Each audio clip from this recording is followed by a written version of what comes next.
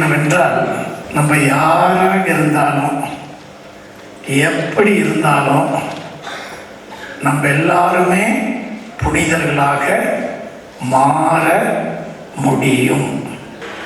அனைவரும் இதிலிருந்து பெற்று உண்ணுங்கள்.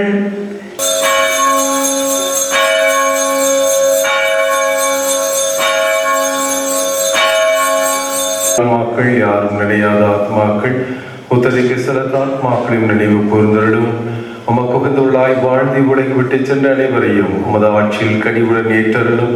நாங்களும் அங்கு வந்து சேர்ந்து அவர்களோடு உமது ஆட்சியால் என்றும் மன நிறைவடைவோம் என எங்கள் ஆண்டவர்.